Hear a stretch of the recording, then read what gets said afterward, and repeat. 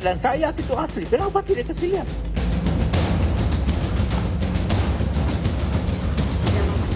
Ya, saya ini bukan siapa-siapa. Saya orang kampung.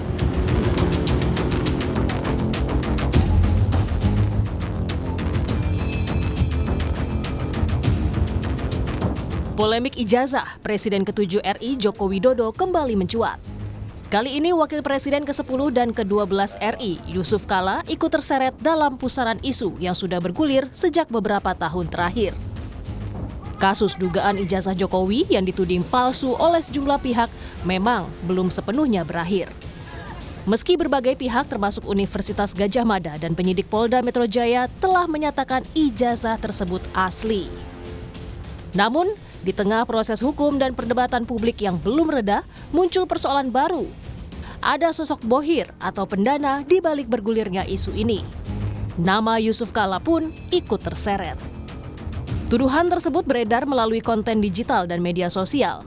JK disebut mendanai Roy Suryo CS untuk mengangkat kembali isu ijazah Jokowi. Merasa dirugikan, JK membantah keras dan melaporkan pihak yang menyebarkan informasi itu ke Bareskrim Polri.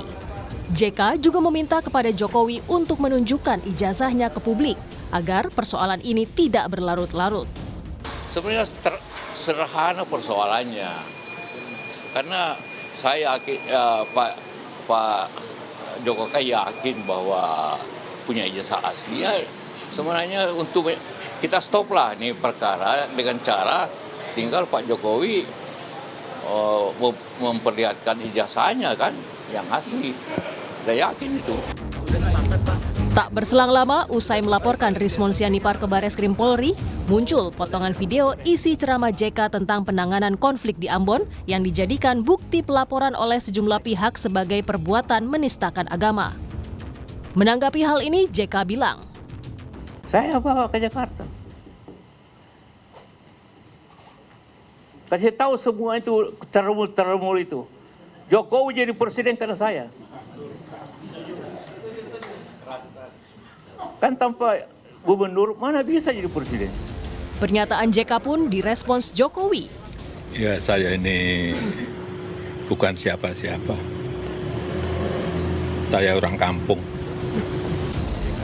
Juru bicara Yusuf Kala, Husain Abdullah menegaskan bahwa pernyataan JK terkait perannya dalam karir politik Jokowi karena desakan pihak Jokowi yang terlebih dulu memberi kesan bahwa JK lah yang tidak tahu berbalas budi.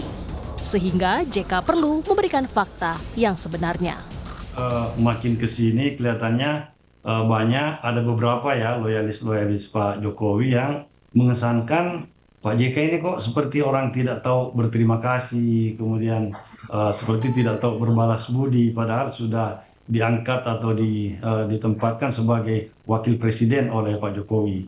Oleh karena itu beliau akhirnya merasa perlu menyampaikan fakta yang sebenarnya bahwa yang tidak berterima kasih dan tidak berbalas budi ya siapa, karena sebenarnya secara historisnya Yola yang pertama kali mengendorse ya Pak Jokowi menjadi calon gubernur di DKI dengan menyodorkan nama beliau ke PDIP, tentunya ke Ibu Mega.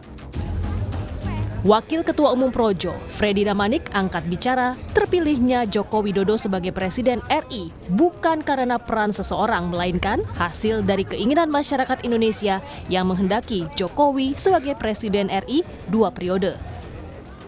Kalau bukan karena saya, Pak Jokowi tidak bisa jadi presiden. Poinnya sebetulnya hanya di situ saja. Jadi tidak ada yang bisa mengklaim secara pribadi. Tentu seseorang menjadi presiden termasuk Pak Jokowi itu adalah kehendak rakyat.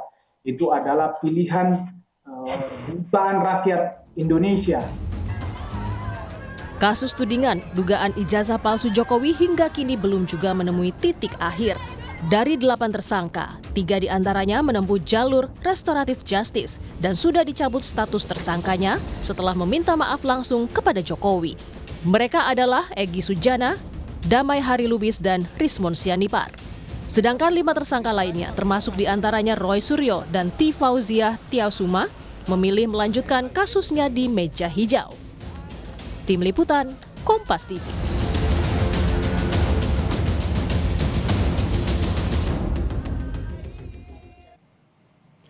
Tim kuasa hukum Roy Suryo dan Dr. Tifa